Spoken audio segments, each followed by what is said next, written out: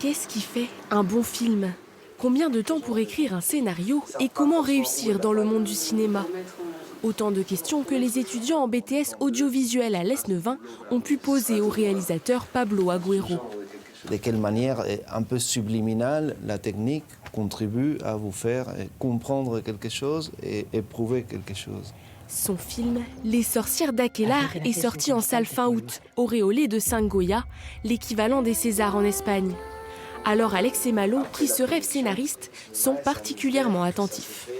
Aujourd'hui, c'est une chance de les avoir ici parce qu'ils nous apportent beaucoup. Ils nous montrent comment eux sont arrivés là. On sera peut-être à leur place dans quelques années, peut-être dans quelques dizaines d'années même, mais bon, ça nous permet au moins d'avoir un objectif et de se dire que c'est possible, ils ont réussi, donc peut-être pourquoi pas nous. D'autant que le film s'ancre en partie en Finistère. Le producteur Édouard Neunist et le récit pensé et travaillé au Groupe Ouest à Plouné-Ourtrez.